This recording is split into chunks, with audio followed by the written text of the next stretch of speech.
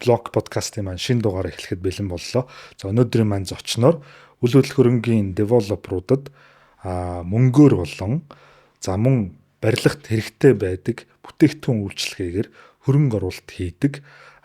Тэр хөрөнгө оруулалтаа хийхдээ тухайн бүтээгдэхүүн үйлчлэгээний гүйцэтгэгч багтай нь, инженертэй нь, мөн туслан гүйцэтгэх ажилтнтай нь түүнийгээ гадаадаас оруулж ирж нийлүүлдэг ийм сонирхолтой үйлчлэгээ эхлүүлээд байгаа компани захиралтай та бүхнийг уулзуулах гэж байна. Тэгэхээр сүүлийн үед бол девелопер гэдэг ойлголт барилга үйл хөдлөх хөрөнгийн төслийн хэрэгжилтэнд шаардлагатай байдаг бүхий л ажлыг хийдэг байхаа болоод тодорхой ажлуудаа мэддэг чаддаг хүмүүст өөрөө мөн төвлөрөхийг хүсэж байгаа зарим нэг ажлууд дээр төвлөрдөг ийм загварлуу шилжиж байгаа учраас бидний хийсэн энэхүү подкаст танд сонирхолтой байх болно гэж найдаж байна. За мэдээж хамгийн ихний асуулт танай компани юу хийдэг? Юун дээр төвлөрч ажилладаг? За бүр одоо өөрөөр асуухад хэнд тусалдаг вэ? За сүүлийн үед ер нь манай компани одоо барилгын төслийн менежмент хөгжүүлэлт тэр дундаа барилгын төслийн хөрөнгө оруулалт тал руугаа төвлөрч ажиллаж байна. За хөрөнгө оруулалт гэхлээр гадаас эсвэл өөрсдийнхөө их усрээс мөн хэлбэрийн хувьд одоо ямар сонголтууд байж болох вэ? Ер нь бол яг одоо энэ девелопер компаниудын хэрэгжүүлээд байгаа барилгын төсөл одоо эхнээс аваад дуусах хүртэлх бүхэл одоо янз янзын асуудлууд таардаг шүү дээ. Санхүү үйлчлэл, барилгын материалын нэтэрийг л. Тэгээд энэ асуудлуудыг бид нар ер нь зохицоор нь шийдэх боломжтой. Альтернатив хөрөнгө оруулалт хэлбэрээр одоо шийдэх боломжтой экосистем гэх юм уу? Тэр хөгжүүлэлт хийгээд явж байна.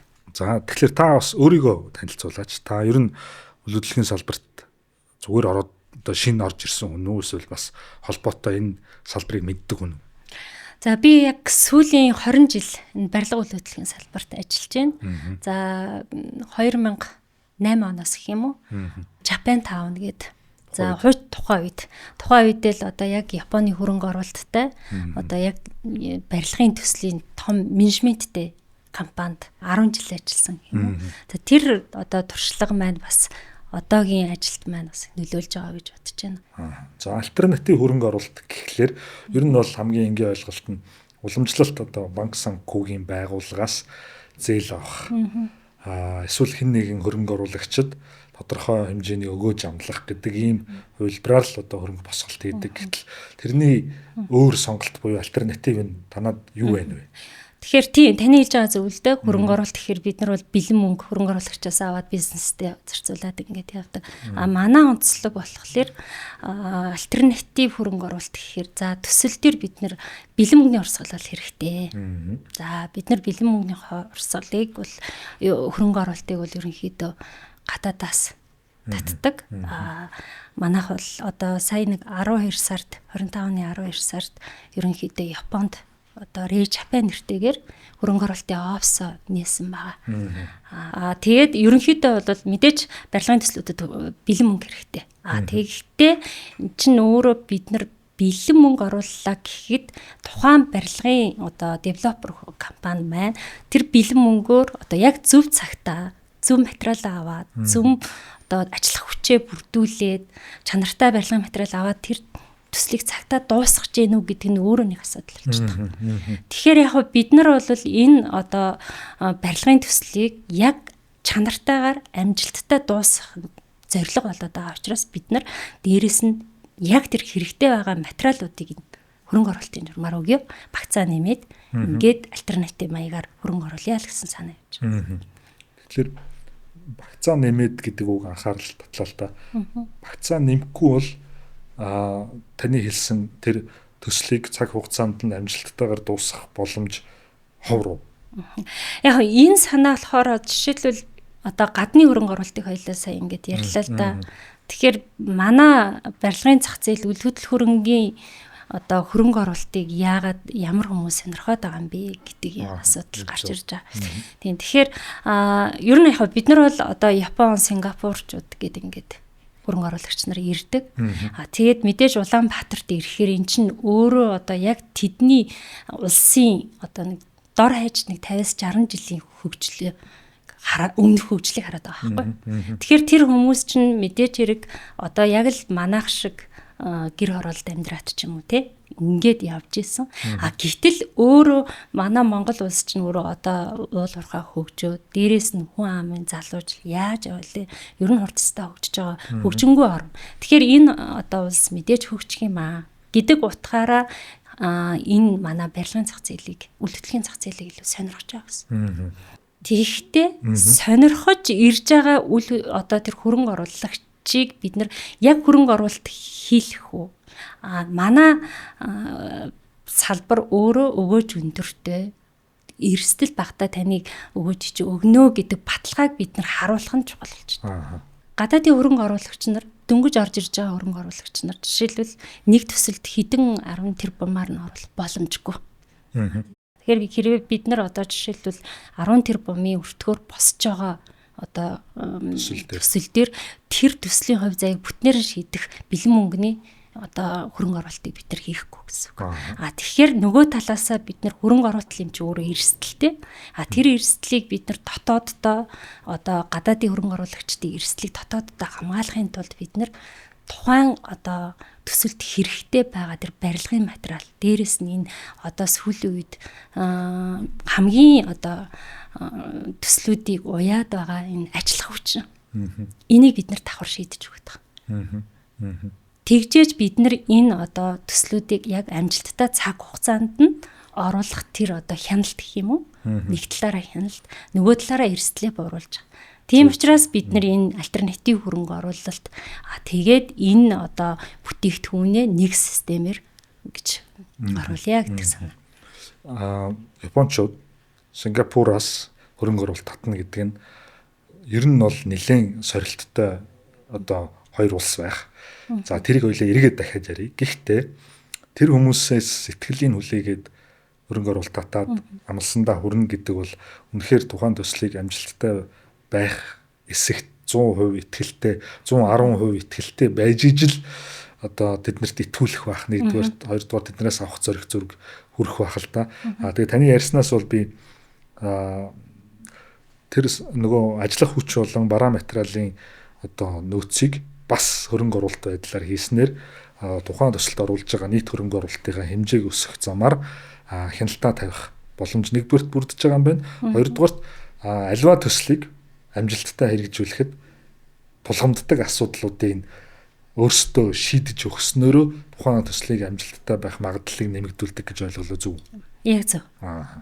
За та хариулахгүй болно. Гэхдээ яаж одоо Япон болон Сингапурын хөрөнгө оруулагчдын анхаарлыг татваа? Энэ хүмүүс ингээд ер нь бол манайхыг сонирхоод ирж байна. Сонирхоод ирж байгаа асуудал нь өөрөө нэг хэрэг. Яг хөрөнгө оруулалт хийе. Тэрийг бид нар одоо эрсдэлгүй манай салбарт хөрөнгө оруулаач гэд оруулаад тэрийг баталгаатай болгож харуулж байгаа гэдэг нь бас нэг өөр хэрэг болчихж байгаа. Тийм. Зөв нөгөө та нар бас одоо хамт хариуцлага хүлээж байгаа гэдгийг харуулж байгаа юм биш үү те. Тэгэхээр яг хуу ерөнхийдөө бол бид нар одоо уул уурхай адил хөрөнгө оруулдаг гэдэг ойлголттой байсан. Одоо бол бид нар яг шин салбарт яад гадны хөрөнгө оруулалтыг тэр тусмаа одоо барилгын салбартаа яад оруулж болохгүй гэж. Тийм. Зүгээр сонирхоод асуухад яагаад монголчуудаас хөрөнгө оруулалт яг энэ зарчмаараа татчих болохгүй байна. Эсвэл зүгээр сонирхож байгаагүй юу? Тэр нь бас үсэр шалтгаан тийм.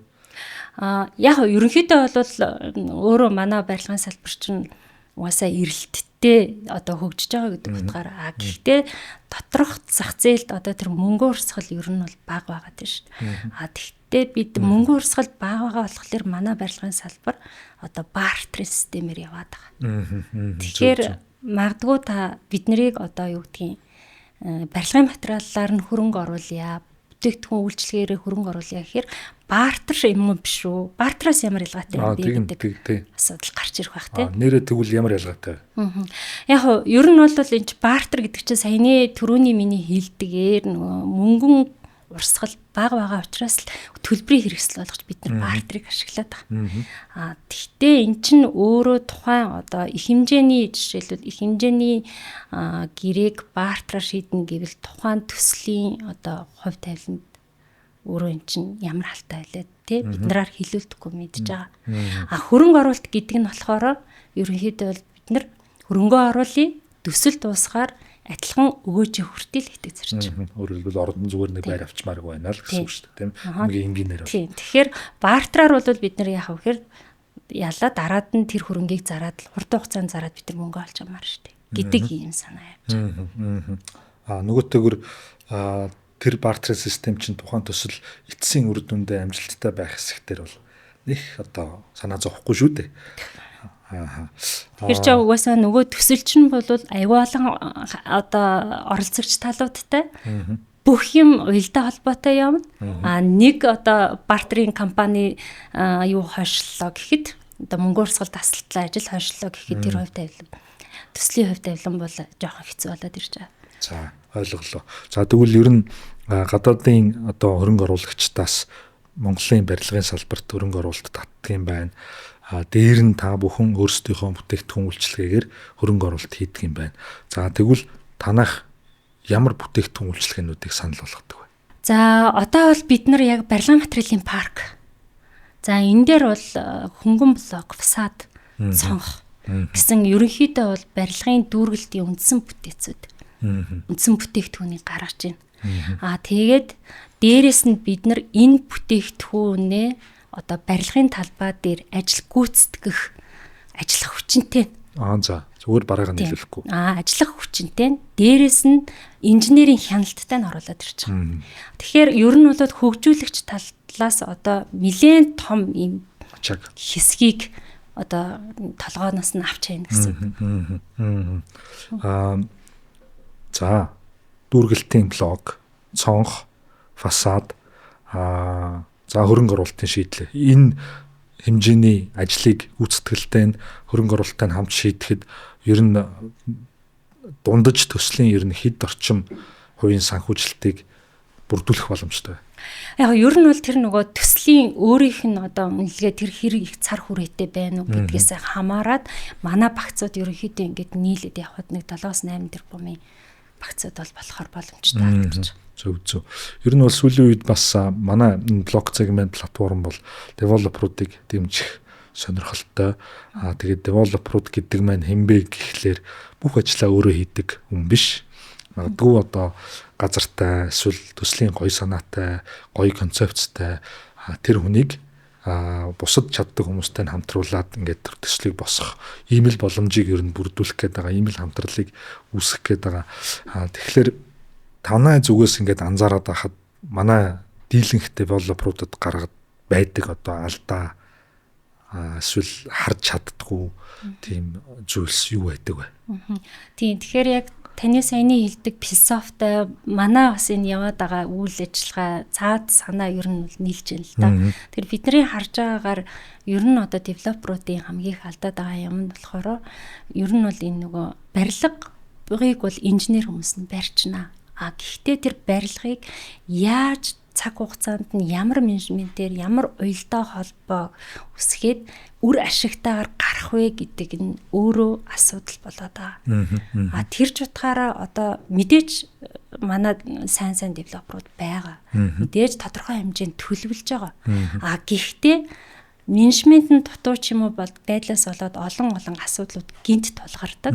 Тэгээ маш олон одоо юу гэдэг нийлүүлэгч талч гэдэг юм уу туслан гүйцэтгүүд ч гэдэг юм уу энэ олон юмнуудыг ингээд аваад ирдэг. Тэгэнгүүтээ трийгээ хоорондох уялдаа холбоо тэгээ бүх одоо системийн хооронд нь уях гэж их цаг хугацаа алдаад тэн дээрээ одоо нөгөө харагддгүй анзаарагддаггүй зардлуудыг алдаад иддэг. Тэгэхээр бидний одоо энэ хөгжүүлж байгаа системээр явах юм бол хөгжүүлэгч талаасаа цаг хугацаа тэгээ зардал хэмнэх гэдэг ийм даваа талыг өгч байгаа. За дараагийн асуулт маань танаа хас девелоперуудад үзүүлдэг бүтээгдэхүүн үйлчилгээний сонголт зүгээр л одоо тохиолдлын журмаар одоо сонгогдсон уу эсвэл энэ судалгаатай учирж янзсантай байсан уу? Яг ерөнхийдөө бол бидний саяны 3 бүтээгдэхүүн бол дүүргэлтийн материалууд байгаа. Тэгээд энийг ингээд ер нь зөв төслийн үе шатад аваад үзэхээр хамгийн их цаг хугацаа ордог ажлууд байгаа да. Тэгэхээр энийг бид нэр аль болох нэг системээр шийдээд дээрээс нь энэ ажил хүчний асуудал нь яг энэ хэсэг дээр ажиллах хүчин өөрөө айгүй тутамг байна. Тийм учраас эднийг нэг дорн шийдчих юм бол бид нэр илүү их цаг хугацаа хэмнэх юм байна. Тэрийгээ дагаад эдийн засгийн үр өгөөжтэй юм байна гэж харсан. Ажиллах хүч гэдэг нь саяны хэлсэн нөгөө фасад дүүргэлт тэрний гүйцэтгэлийг хийх ажилчдыг хэлж гэнэ үү? Эсвэл тэрнээс гадна ч гэсэн өөр гүйцэтгэл дээр ажиллах ажилтан байж болох уу? Яг ер нь бол бид нар энэ экосистемийн хүрээнд ресурс гэдэг ер нь бол ажиллах хүчин хүний нөөцийн компанийг хөгжүүлээд явж байгаа. Тэгээ энэ дээр бид нар юу шийдэж гэнэ үү гэхээр ерөнхийдөө бол зүгээр ингээд харахаар манай улс чи өөрөө хүн ам цөвтэй. За тэгээд одоо яг энэ хөгжөөд байгаа энэ их бүтээн байгуулалт явж штэ. Энэ дээр бол туслах ажилтнууд айгүйх орох юм байна. Тийм учраас ер нь манай Монгол улс яах юм цаашаа энэ их бүтээн байгуулалтанд хүний нөөц нь өөрөө хүрэлцээтэй юм уу гэдэг талаасаа харсан.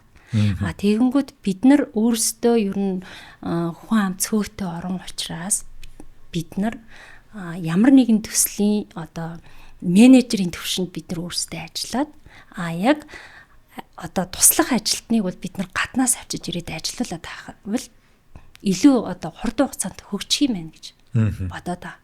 Тэгэхээр яг ерөнхийдөө бол энэ философиор бид нар яг барилгын салбарт тэгвэл бид нар туслах ажилтнуудыг эхлээд оруулж ирье. Тэгээд эн чинь өөрөө яагаад тэгвэл бид нар заавал оруулж ирэх хэрэгтэй юм бэ гэдэг юм гараад байгаа юм л да.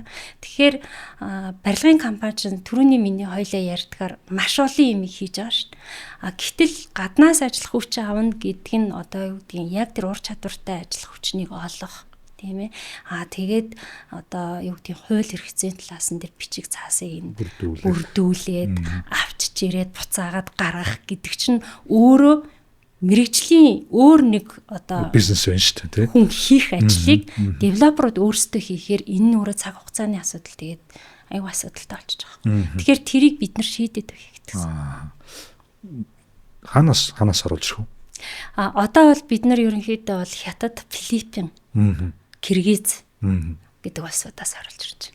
За яг би девелоперуудтай уулзж исэн Хятад ажилтан ажиллаулж байгаа девелоперуудаас сонсоход давуу талууд их олныг ярьж исэн. Жишээ нь амралтаар болон баяр ёслолын үеэр амардгүй, ажлын 8 цагаар ажилддаг. Тэгээд ерөөсөө хулгай зэлхий хийдгүү. Гэхдээ Монгол ажилтны цалингийн зардлыг 2 нугалсантай тэнцүү байдаг. Энэ яг зөв миний сонсон л нэг их усрээс сонсон л яриа штэ. Тийм байдаг. Гэхдээ нөгөө монгол хүмүүстэй ажиллахад гардаг эрсдлүүдэд тооцох юм бол баг дүндээ гэдэг энэ талаар та баримттай тоотой юм хэлж чадах уу? Зөв. Энэ дээр бол бид нар өөрсдөө ер нь бол туршсан. Манайх яг хөнгөн блокийнхаа үйлдвэр дээр. Тэгэхээр яг манай блокийн үйлдвэр бол ер нь 12 оноос хойш үйл ажиллагаагаа явуулж байгаа. Тэгээ бид нар энэ ковидын жилүүдэд ер нь бол үйлдвэр автоматжуулаад бүрэн автомат болгоод тэгээд одоо бол ер нь бол яг хөнгөн блокч өөрөө онцлогтой бүтээгдэхүүн эрэлт хэрэгцээ ихтэй. Монголд бол мак гэж ер нь бол макаар ингээд өнгөлөөд явдаг. Тэгээ бусад гэдэг. Тэгэхээр ер нь бол манайх эхлээд бол монгол хүмүүсээрээ хүний нөхцөө хангаж явсан. Гэтэл үйлдвэр чинь бол өөрөө бүх дамжлага нь нэг хүнтэй шууд хамааралтай байдаг учраас нэг нь л одоо байхгүй болчихвол тэр өдрийн үйлдвэрийн гарц нэдрийн ерөөсөө алдагдаад явчихдаг. Тэгэхээр бид нэр ерөнхийдөө бол энийг шатраатаагаар ингээд гадаад ажилтнаар солиод энэ жилээс эхлээд манайх ер нь бол 100% хятад ажилтнтай болгож байгаа. Тэгэхээр энэ нь яг цаавар одоо таны түрүүний хэлдгэр яг зардлих гараад байгаа юм шиг хэрнээсээ яг ингээд үзэх юм бол бид нар одоо монгол хүмүүсийг ажилуулснараа ямар алдагдал хүлээж явах вэ гэдэг хоёр бол яг тэнцээд ирж байна. За нүуний хувьд ажиллах хүчний хувьд бол ойлголоо. Тэгэнгүүт нөгөө нийлүүлдэг бусад барилгын материалын хувьд нэг дороос олгож байгаа гэдэг утгаараа үнийн хувьд хэр одоо зах зээлийн дундаж байдгүй, эсвэл бид нэг дороос бүгдийг нийлүүлж байгаа гэдэг утгаараа арай өндөр байдгүй, эсвэл зүгээр бусад газараас авсантай яг адилхан үнэтэй байх. Ер нь бол яг манайх бүтээгдэхүүнүүдээ илүү чанартай, хямд үнэтэй байлгая гэдэг философиор явж байгаа. Жишээлх юм бол манай жижиг цонхч байсан, том цонхч гэсэн манайх ганцжуулсан шилээр хийдэг. Тэгсэрнэ өртгийн хувьд түүхийн шидээг адилхан байх жишээ нэг юм уу тийм. Тэгээд мөн одоо цонхог таавлаа гэхэд бид нар яг угсралттай хийгээд өгчнө гэсэн үг. Тэгэхээр яг хоо ерөнхийдөө цонх угсралт хоёрыг бид нар өөрсдөө яг нийлүүлж байна гэд багцаар нь ингэж нийлүүлж байна гэдэг чинь девелопер талдаа илүү давуу талтай. Яг мэдээж одоо бол бусад цонхны компаниуд бол зөндөөлдөө. Гэтээ яг тэр нар одоо яг дундаж төслүүд дээр стандартаа бариад дараах одоо сервисүүдээ яг хийгээд явж гэнэ үү гэдг нь бас нэг өөр асуудал болчиход байгаа. Зөв. Яг тийм амжилттай төсөл бас хараахан гараагүй байж магадгүй л та хэрвээ байгаа бол бүр та ярьж өгөөрэй. Яг саяны модельоор ингээд ажилласан ч гэдэг юм уу? Эсвэл ижил төсөөтэй модельоор ажилласан амжилттай төслийн кейс байна уу? Яг бэлэн мөнгөөр хөрөнгө оруулалт татаад оруулсан төслүүд бол байна. Сүүлийн 1-2 жилд бол бид нар нэг дунджаар 2000 м квадратад яг бэлэн мөнгөөр хөрөнгө оруулалт хийгээд тэр нэг 3 төсөл да 40 байран дээр байна. За одоо бол яг энэ жил байрууд маань яг амжилттай цаг хугацаанд ороод эхнээсээ ороод бид нар яг хөрөнгийн менежментүүдийг хийгээд хөрөнгө оруулагч нартаа өгж ийн өгөөд хүртээгээд явж байна. Тэгэхээр бүр ашиглалтанд орцсон гэсэн үг шүү дээ, тий.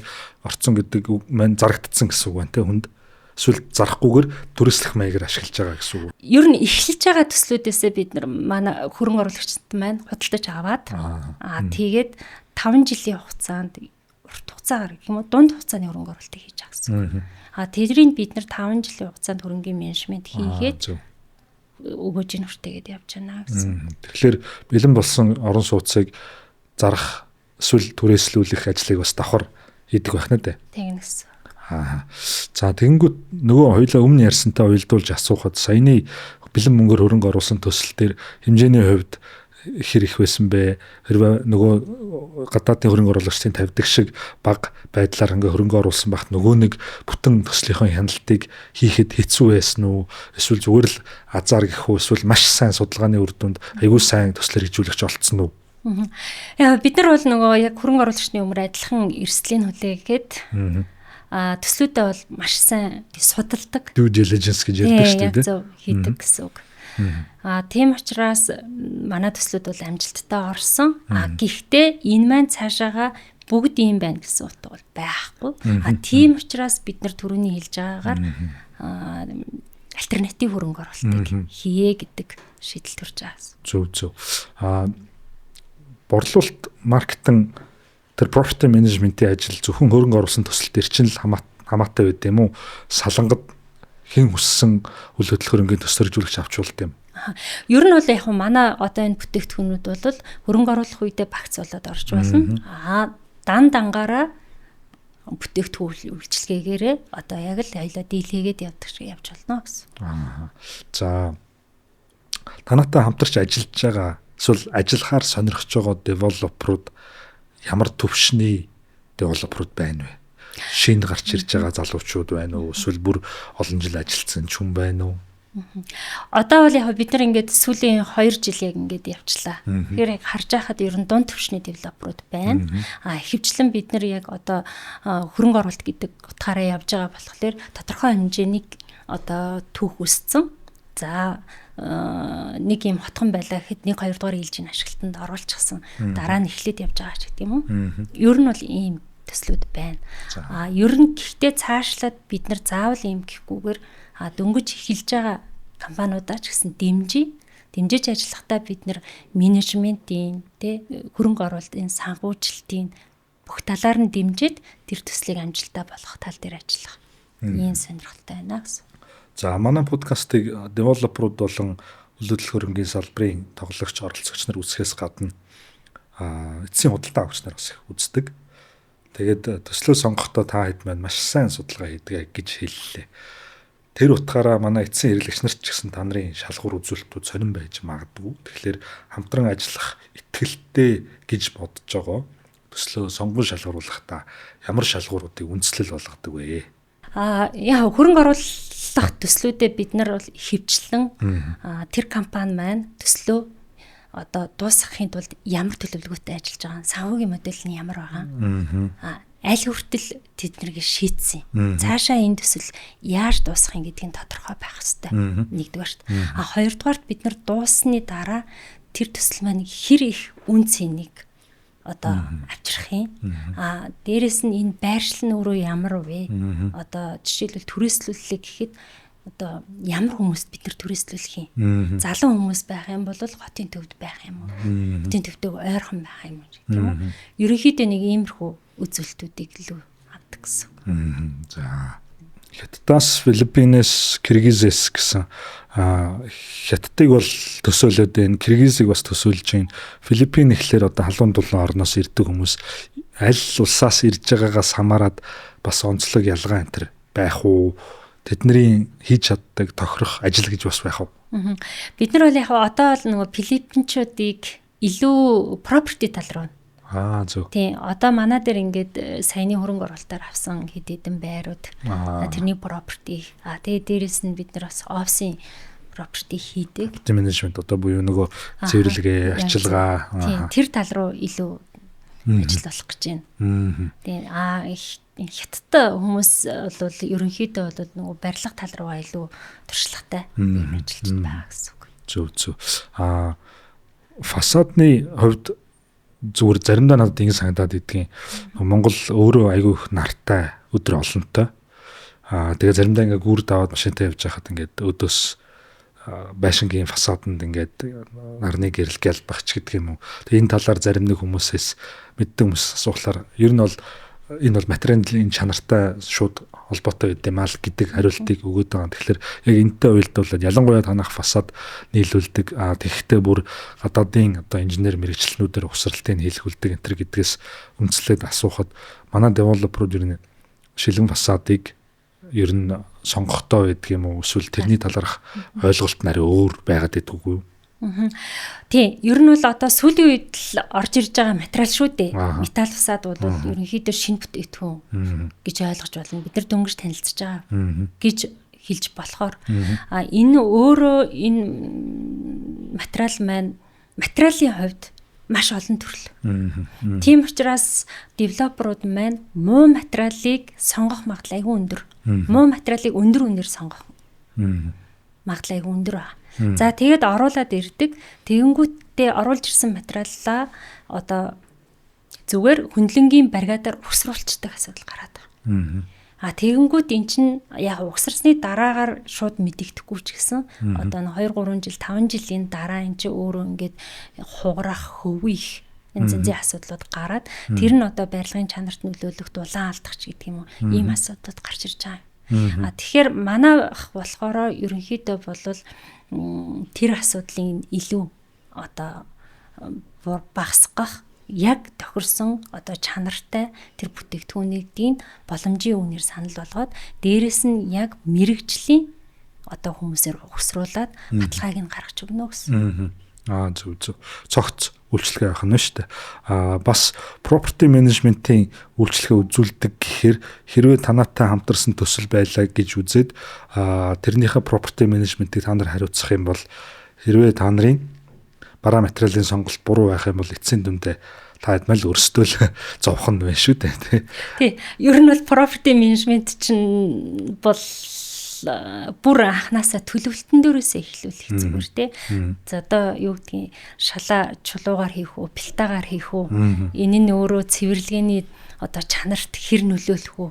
Материал яах вүлээ? Одоо цэвэрлэх одоо цаг хугацааг яаж хэмнэх вүлээ ч гэдэг юм уу тий. Биш тэгээд нөгөө төслийнхөө зорилтоос хамаарах бах та одоо том моол юм уу? Зүгээр гэр юм уу, хаус юм уу, офис юм уу гэдгээс шалтгаалаад бүх зүйлс нь эхлээд шийдэгддэг баг л та. Тэр маркетинг борлуулалтын талаар бас бид нарт ярьж өгөөч. Ер нь тэр үйлчлэгийг та нар яаж үзүүлдэг юм? Танахаар үйлчлүүлэхийн давуу тал бас юм дээр байх бол. Тий, бид нар ерөнхийдөө бол төслийн борлуулалт маркетинг дээр ер нь л илүү төлөвлөгөө ажилдаг. За хөрөнгө оруулсан төслийн хонч тэр, за эсвэл зүгээр одоо өөр төслүүд дээр бид нар дээр санал орж ирдэг. Яг нь манай онцлог болохоор өөртөө дотроо маркетингийн багтай.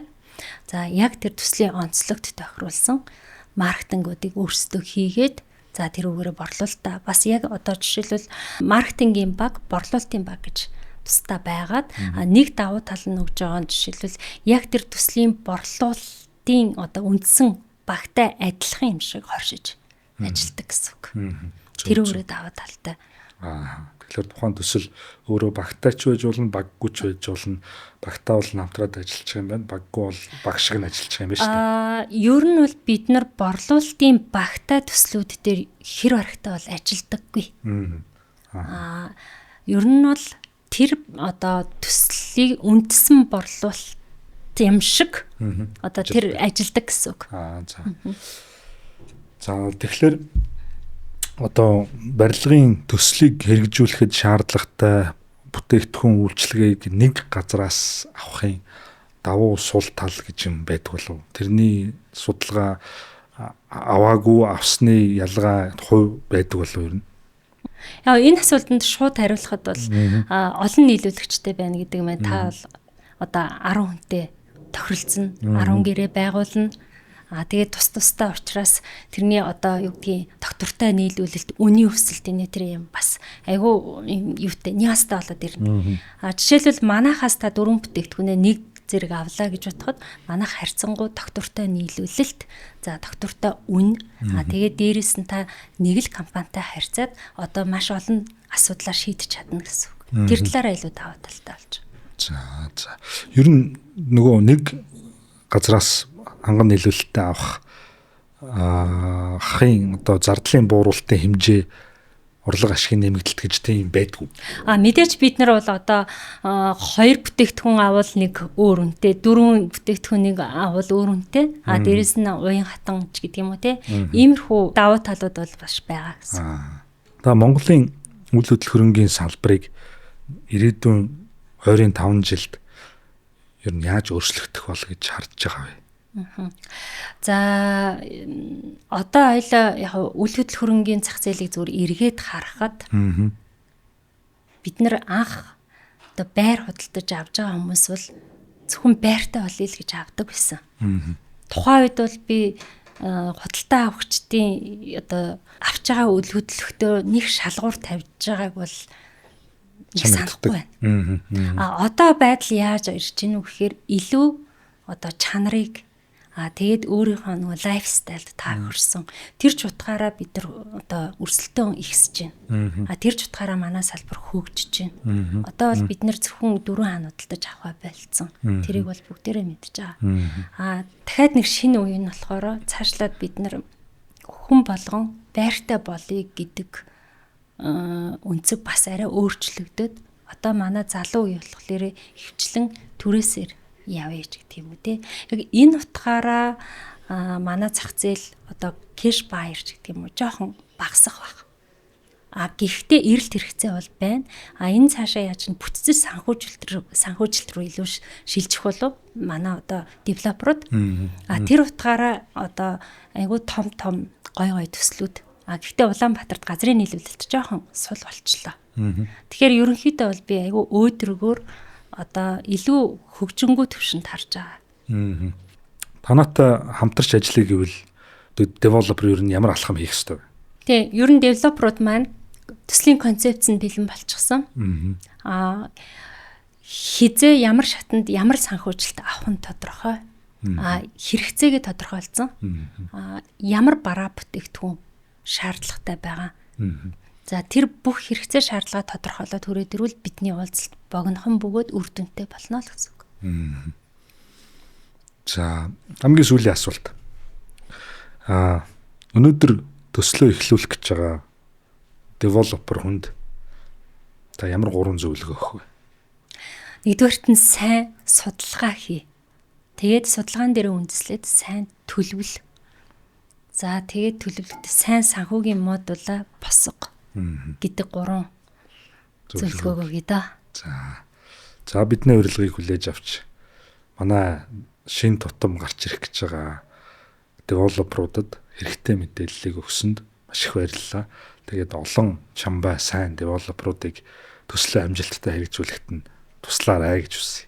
За баярлалаа. Та бүхэн ч гэсэн өнөөдөр энэ подкаст урьж оролцуулсанд маш их баярлалаа. Та бүхэн ч гэсэн амжилт хүсье. За баярлалаа.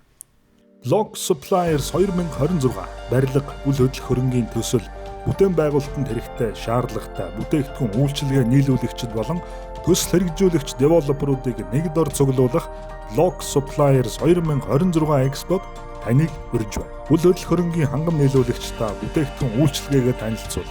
Худалдан авах чан ол. Үл хөдлөх хөрөнгийн төсөл хэрэгжүүлэгч та бүтээгдэхүүнээ шийдлээ хангам нийлүүлэгчэн олоорой. 4-р сарын 3-4-нд Ori Studios